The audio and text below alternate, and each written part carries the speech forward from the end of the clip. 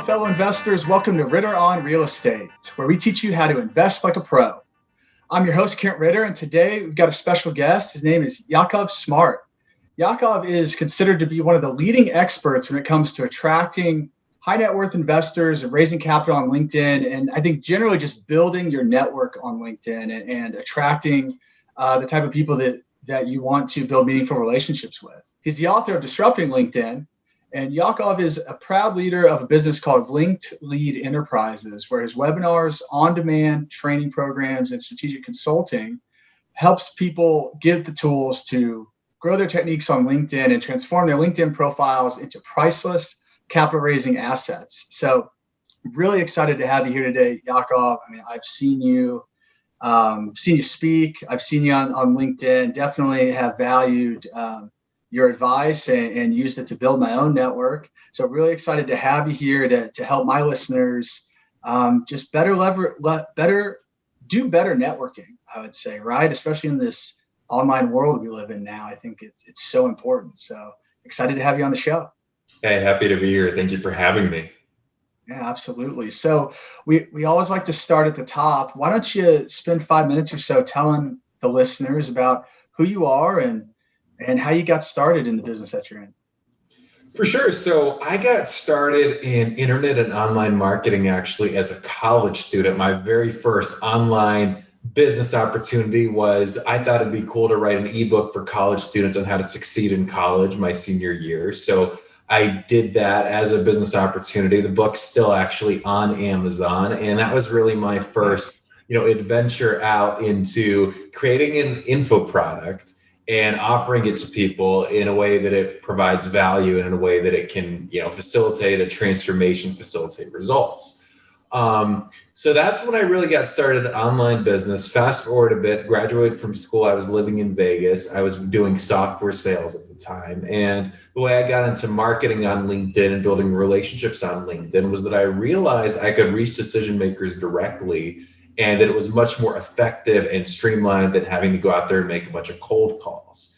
And around the same time, speaking of building networks, I was out in Vegas networking in person. This was several years ago. And casually, I would mention some of the types of success I was having on LinkedIn. And I was networking with small business owners, and they looked at me and they said, "You mean to tell me I can use LinkedIn to generate leads and build those key relationships?" And I said, "Well, if I can do it, I can probably show you how to do it too." So that's when I started taking on clients and building this new business and got into it full time a few months later, where the bread and butter was really in working with small business owners, showing them how to build those key relationships using LinkedIn, whether it's finding potential clients, strategic partners, a number of different ways to leverage the platform for those key opportunities.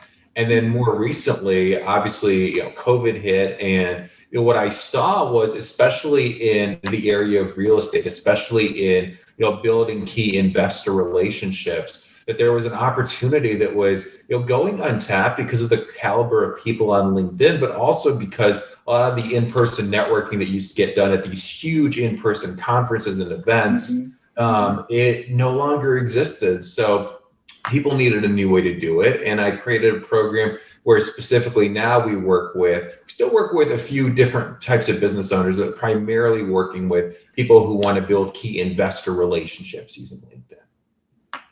Gotcha. Yeah, I think that's incredible. It's really interesting. I mean, I think the evolution is fascinating. And then it's just such an inflection point, right? With COVID and everything happening, everything going online, the need more than ever. I mean, I felt it in my own world, raising capital and trying to meet investors and attract investors. I would, in a normal year, I would go 8 to 10 conferences a year.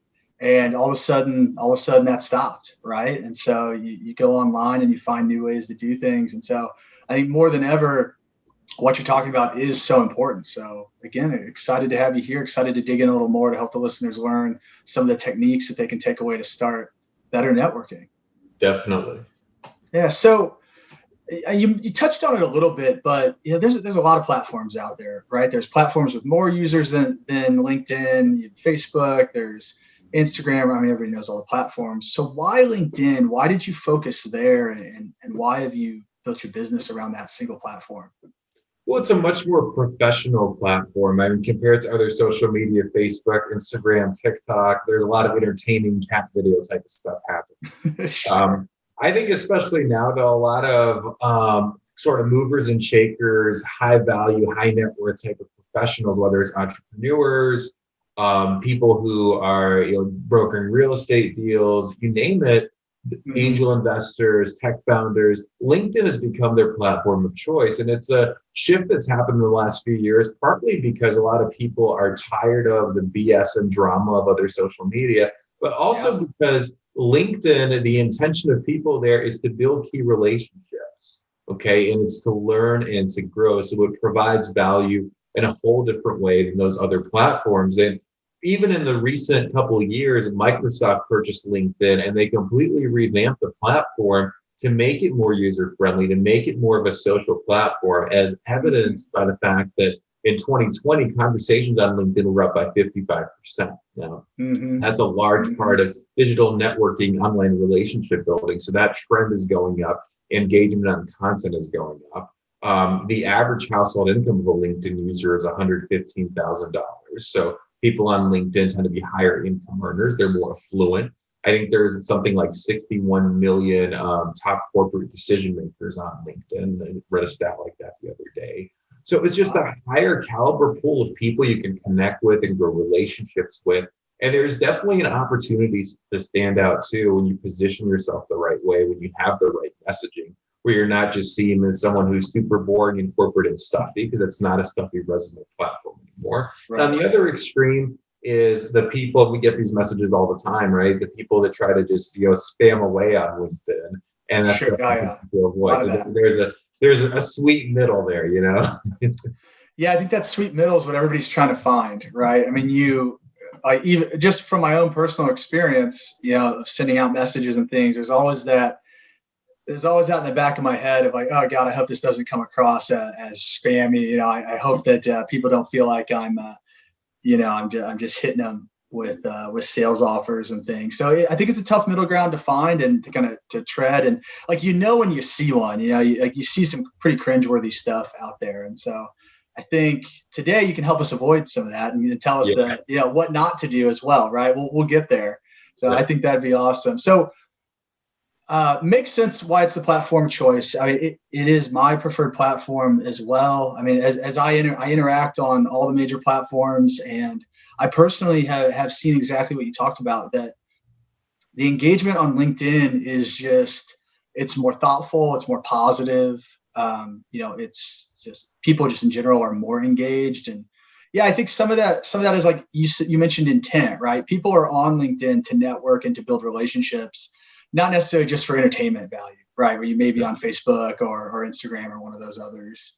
And so, you can definitely see that difference, I think, in the interactions. And I think it's been easier for me, at least, to kind of spread a message as well through those interactions versus the other platforms. So, yeah, I think for all those reasons, definitely enjoy being on LinkedIn. So you mentioned a couple big changes, right? You mentioned in general just the more social aspects of it and kind of changing from the stuffy resume platform it was to being more of a social network. I mean, is there anything else people should be aware of as they're, maybe any tips or things that have changed on LinkedIn?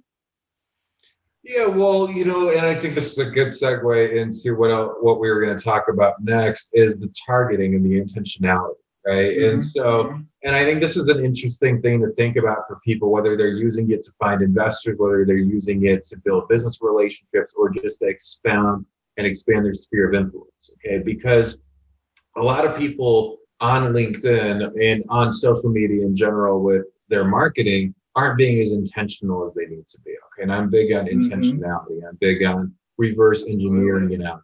Okay. And having something that's trackable and data driven. So it's important to think about things from that standpoint, and the middle ground between being stuffy and spammy, let's call it that, is, and I consider myself to be a direct response marketer. And so what that means is anytime we're interacting on LinkedIn, we're giving value. Okay. And there's a few Hmm. different ways of giving value that are probably a little contrary to what people have heard. So I'll go over those in a second. But the way to look Okay. at it is you're offering value. Okay. If the person doesn't want to receive the value, great. That's fantastic. That's phenomenal. You don't want to waste their time. You don't want to waste your time, right? For example, if you were looking for someone who might have capital to place and that person doesn't have $100 to their name, you don't want to go into a 3-hour meeting with that person where they just pick your brain. Not, the best use of your time. So what that allows people to do is it allows people to self-select and raise their hand and say, yeah, I'm interested in finding out more. Let's take this relationship beyond LinkedIn. I want to see what you're about. I'm at least curious. Or, no, you know what, this isn't for me, but thank you. Or maybe I got something valuable, right? So the ways to give value, number one is asking a question. Questions are amazing because they get us to think differently. They get us to, open up to new possibilities. So asking a question that's specific to what's happening with that person, to what their experience has been like, or maybe a specific issue that they're facing or a goal that they have, right? And you don't want, and I'm not saying go super personal at the beginning before you know the person, because that would be silly, but it's something broad, open-ended that starts the conversation. It's a great way to do that. It's a great, genuine way to do that.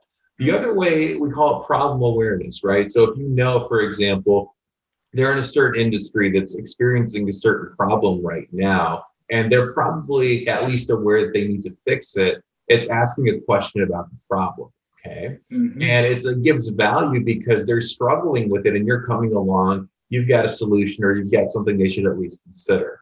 And that third way is offering a resource, okay? Offering an informational, educational-based resource, something like a PDF, cheat sheet, video series. There's so many different options, a webinar, which is what I prefer. And that allows the person, if they're interested in that topic or interested or curious in learning more, to say, yeah, I want that.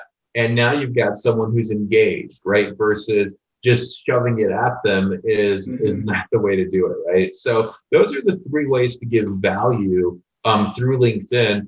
I'm still big on direct messaging, giving value in those different ways, because content, when we post content in, you'll see a lot of people doing this on social media and LinkedIn. They post and they hope that maybe they're going to post something up there because someone told them they should, and maybe the right person will see it. Well, if you take the responsibility and if you're intentional in saying, okay, I know this is valuable, I know this person is hyper targeted to receive this message, let me directly message that person, you're going to get a much higher open rate than you would on email. You're going to get a much higher view rate than if you just posted and hoped. So it's about delivering the right message to the right person in a way that gives value. So that's, let's talk about that a little more. So there's a couple points. One, it sounds like there's like the first, you went over 3 items, right? Questions, probable awareness, and then offering something of value. And those seem kind of like the icebreaker. Like that's how you start. Yeah. You start the conversation in a way that's not starting with a sales pitch, right? Because like that, I mean, everybody gets those. I hate those, right? You get as soon as you connect with somebody, there's like a canned message that pops up and it's just this long sales pitch, right? And that's immediately for me, like that's a no. I'm not going to read that long thing.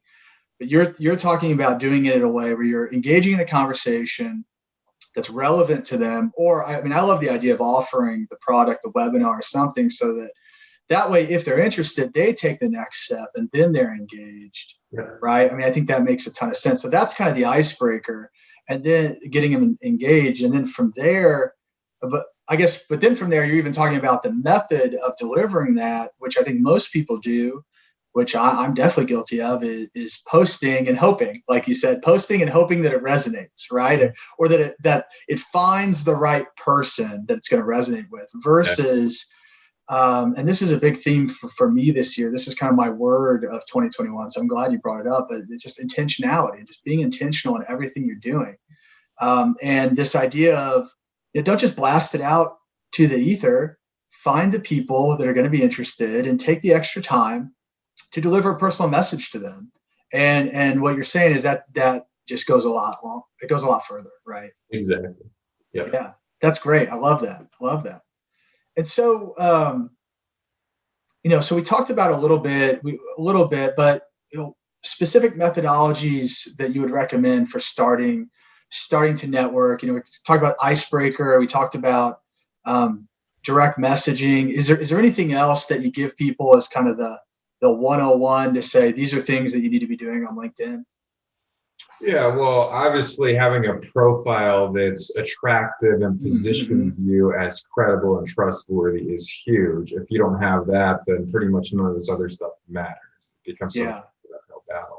Beyond that, though, and I think we can touch on that in a second. Beyond that is the who, right? Because most people don't have a what problem; they have a who problem. And what LinkedIn allows you to do better than any platform out there is build hyper-targeted lists. So if you want to connect with CPAs, for example, who are in your zip code, who've been in business for more than 10 years, who have 200 to 500 employees, you can build a list of those people on LinkedIn. Okay, you can build that list literally within a matter of seconds when you know how to use the filters. So there's 5 ways to find people on LinkedIn. The first one is the free search. You can just search for a word and it'll bring people up. And it's really cool because it's super abundant. You can sometimes literally see tens of thousands of people who might be a good fit to build that relationship with, which is awesome.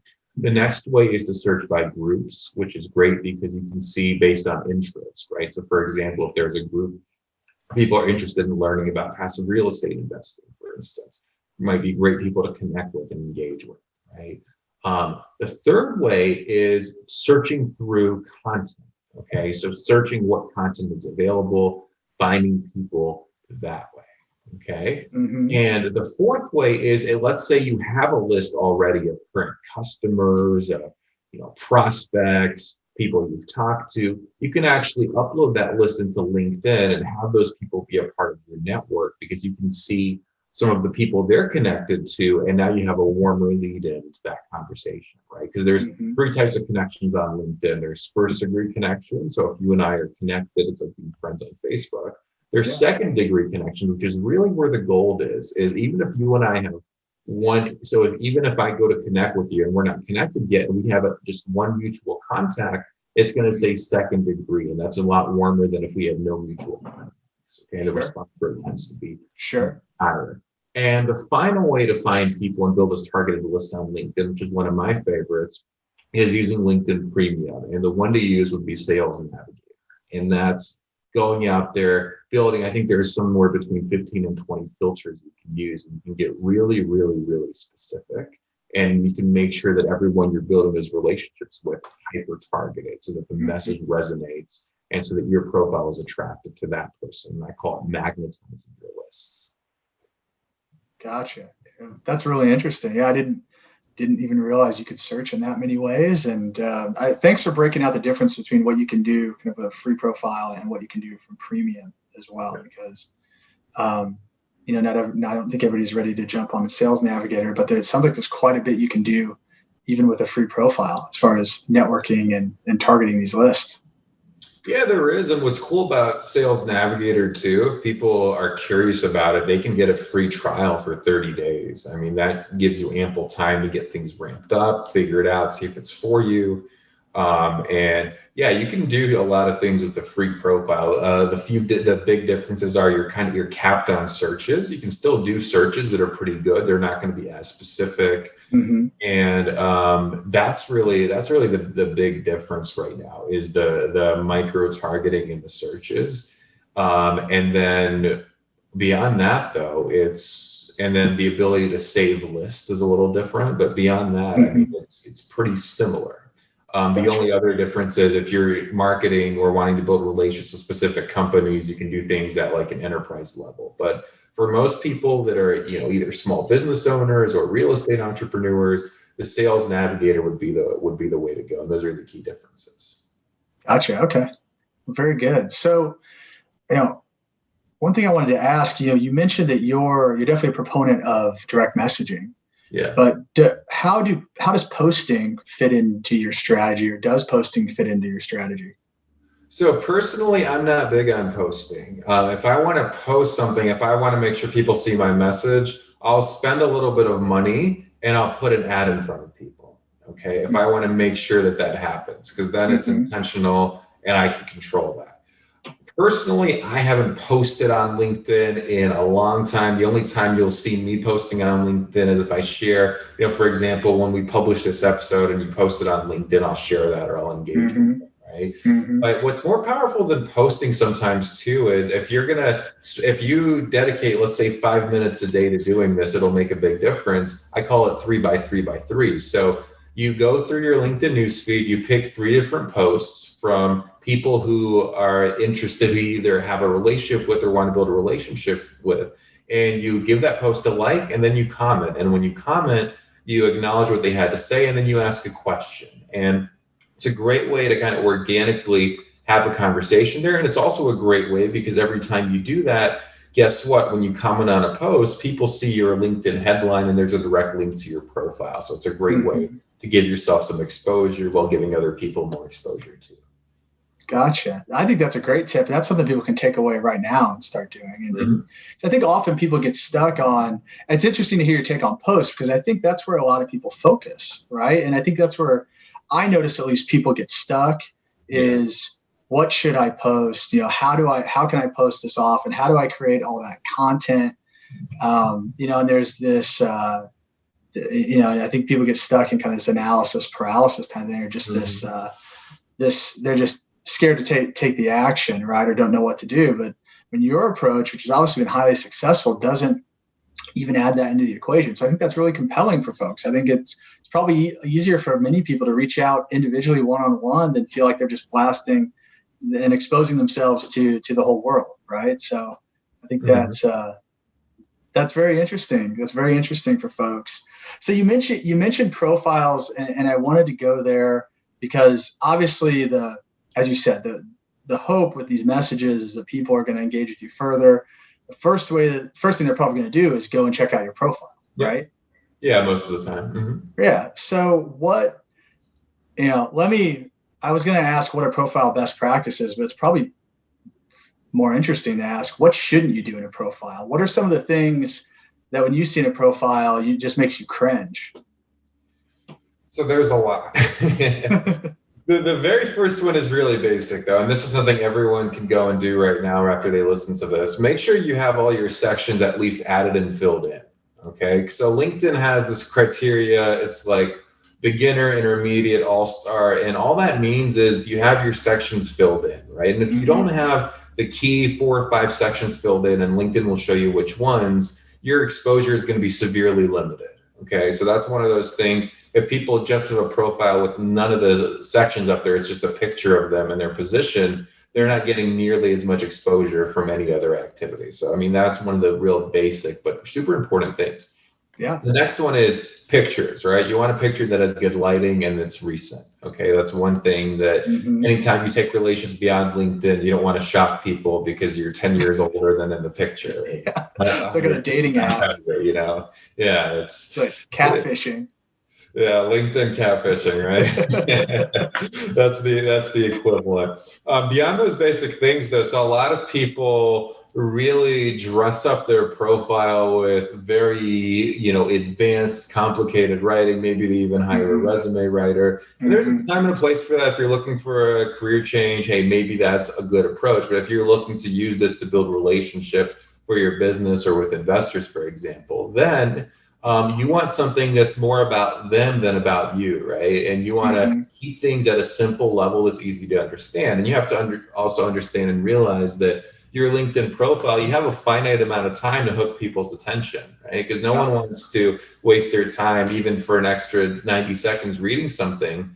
So you want to make sure that it's visually appealing, that it's not just in big chunks and big blocks, for example, right? Right. And the big thing about the messaging is, being empathetic, understanding the experience that people are going through. Where are they at in their journey of awareness around your product or service, for example, right? So, I see this with real estate entrepreneurs all the time. They start talking about the nitty gritty of their deals and, they start throwing out a lingo out there and, there's a bunch of lingo. But maybe someone is at the point where they're just realizing that passive investing is a thing.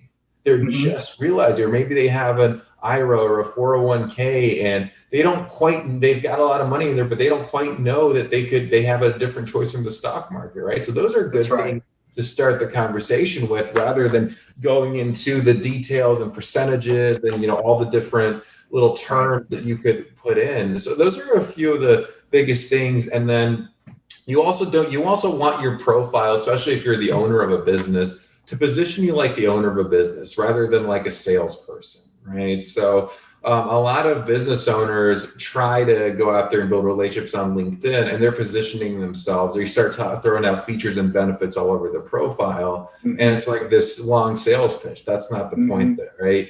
People are going to do business with you more because of who you are than what you do, and it's important to understand that as a business owner or as someone who wants to raise more capital. Yeah, I think those are great tips. I think you talked about meeting people where they are, right? And recognizing that even though you know all the jargon, most people out there, especially most new investors, don't, right? And to a lot of them, really, it's kind of a scary thing because they might be interested, but they don't know anything about it. And you start throwing all these terms and things at them, and it turns people off pretty quickly. I think that's a mistake a lot of new folks make, is wanting to show their expertise through all this complicated language. And in reality, you really show your expertise by being able to make things very simple, right? Like the more simple you can make it, really, exactly. the more of the expert you are. And so I think that's a great tip for folks. And then just thinking about, you mentioned kind of the positioning and talking about, not what you're doing, but like why you're doing it. Like there's the Simon Sinek book, it starts with why. I always think about, and it's like, most people start talking about what they do, how they do it, and then why.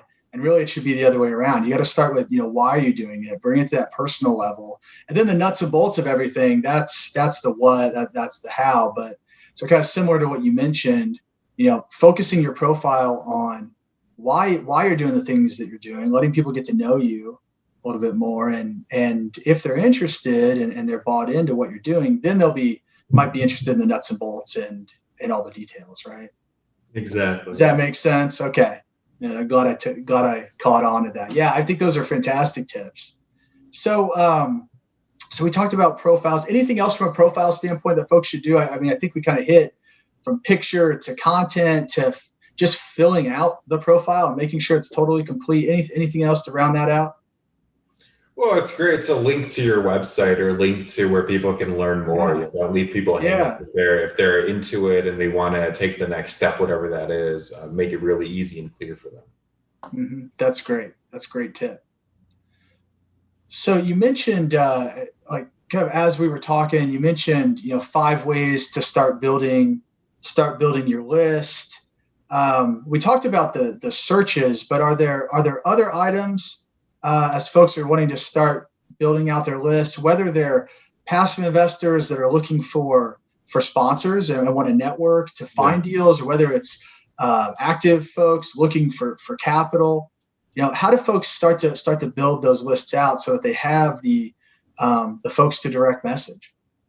Yeah. So, I mean, and maybe I'm not understanding your question, but it's really a matter of picking one of those 5 ways, and when in doubt, go with Sales Navigator, and thinking of who your perfect person is and applying some of those filters. And there's a number of different directions, but when in doubt, and maybe this will actually kind of answer what you're asking. Okay. Is there's, the best way to do it is to look for strands of commonality, right? So for example, you're a Midwestern guy, right? So if I were you and I was looking for investors, I would start with people who live in the Midwest, right? Another thing, I think you went to business school. I'm not sure where, but you went to business school somewhere. So you can look at fellow alumni of that business school, right? Gotcha. Example. Yeah, that's exactly what I meant. Is how do you start to narrow down the groups that become your list? And so commonalities is a great place to start. That makes a lot of sense. It's the best place to start, right? Because it's like, I'll give you an example that's a little tongue in cheek. So growing up, my family is from the former Soviet Union. They spoke Russian and we lived in Atlanta. Anytime they would hire a contractor or pretty much do business with anyone, the first thing they looked at was the little Russian newspaper to find contractors who spoke Russian, or little, people, service providers. So it's like that one commonality in that example builds this whole different level of understanding and perceived comfort. So The same thing applies for building those key relationships, common interest groups. Maybe they support a similar nonprofit to you. Maybe they went to the same university. Maybe they live in the same city or in the same zip code. And these are all, maybe you're a military veteran, they're also a military veteran. These are all great things to build upon, and you have that natural rapport going.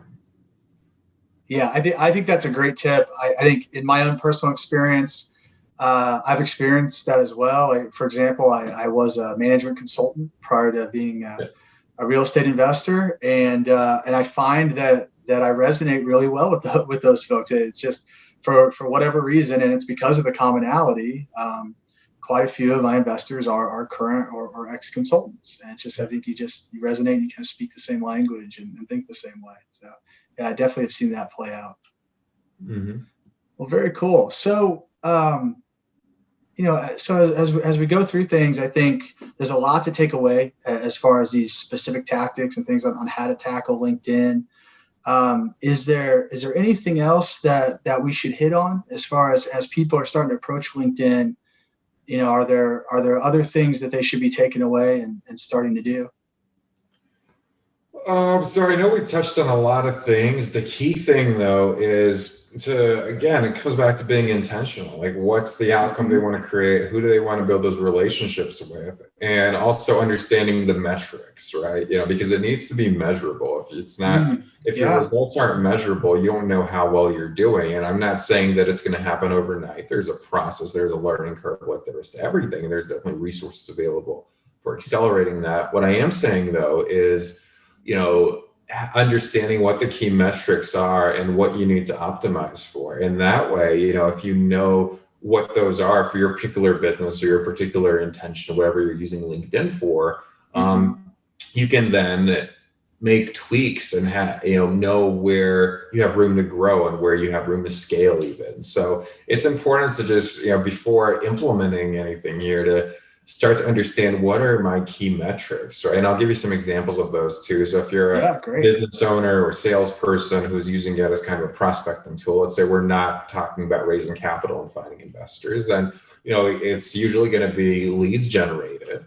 It's usually going to be meetings booked, meetings held, and then ultimately revenue generated, right?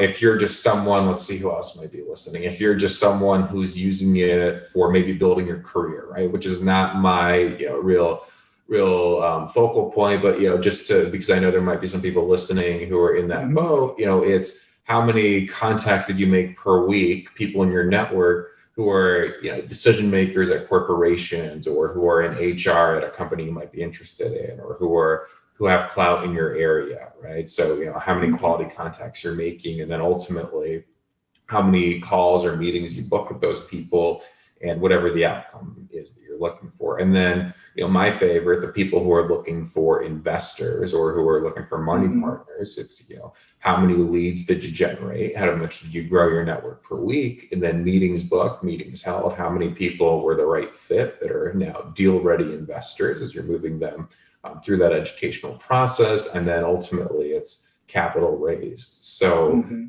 it's a number of different things, but it's important to understand what your key metrics are for what you're going to be utilizing LinkedIn for. And what's the best way to track those metrics over time? Is it just you use an Excel spreadsheet, or are there other options for folks?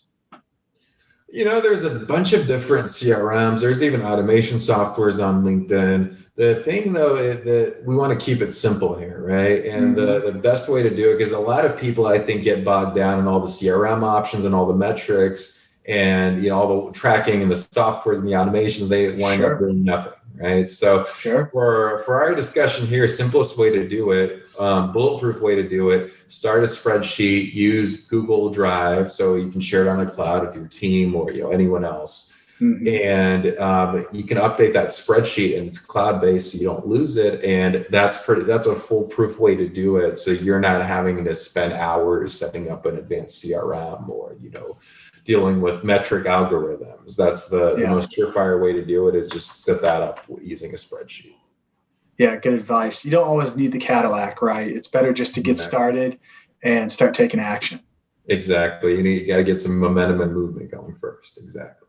Awesome. Awesome. Well, at the end of the show, we do a segment called Keys to Success. And so I'd love to ask you a few questions, Yakov. First thing to start off is, what's the one thing, if there's only one thing, what is the one thing that everybody should do immediately on LinkedIn? After this show, what should everybody go and do? They should at least update their profiles. Yeah, at least fill out all the sections in the profile, right? Like that. That's the 5-minute. That's the 5-minute winner. What are you most proud of in your career?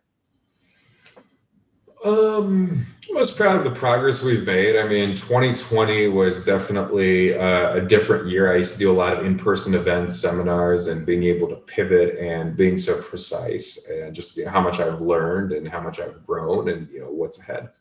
Mm-hmm. Awesome. What books should everybody read? There are so many. Let's see if I'll give you a contrarian one. There's one, the rapper 50 Cent, believe it or not. He wrote a book. It came out last year. It's called Hustle Harder, Hustle Smarter. It's a personal development book. He's got some very unique perspectives, and you could be a fan of hip hop. You could not be a fan of hip hop, but it's it's a very empowered book, and it's really good for personal growth because he has had some success, and it's a unique way of looking at things that you won't find in most self-help books. Yeah, that's interesting. And I think you're actually the second or third person that's mentioned that book to me. So I definitely have to check that out. That's good. The audio book is good too. Yeah, I bet. Is it 50 Cent? He reads it himself. Yeah. Nice. Very cool. And then lastly, what's your number one key to success? Number one key to success is just keep going. I'm willing to experiment, willing to try new things, and I like taking action and doing things based on metrics. Can keep moving. That's pick yourself up, dust yourself off, and get going. Yeah, keep going and to constantly be innovating and looking ahead. That's key. Great. Awesome, Yakov. Well, you shared so much value with the listeners today. Just folks that want to learn more or want to get in touch with you, what's the best way for folks to do that? Well, they can definitely send me a connection request on LinkedIn. I'm pretty easy to find there, Yakov Smart. And then for those people who are looking for passive investors for their real estate projects, you can check out a free online training. I think we can include it in the show notes too, but the direct URL is linkedleads.us/RC webinar. That's linkedleads.us/RC webinar. Gotcha. We'll get that in the show notes so folks can make it easy on it and click on it. Very cool. Well, appreciate you offering that to the listeners. I'm definitely going to go check out that webinar. There's some things I can learn about LinkedIn to get to the next level. So appreciate you sharing all your knowledge today and coming on the show. Yeah. Thank you so much for having me.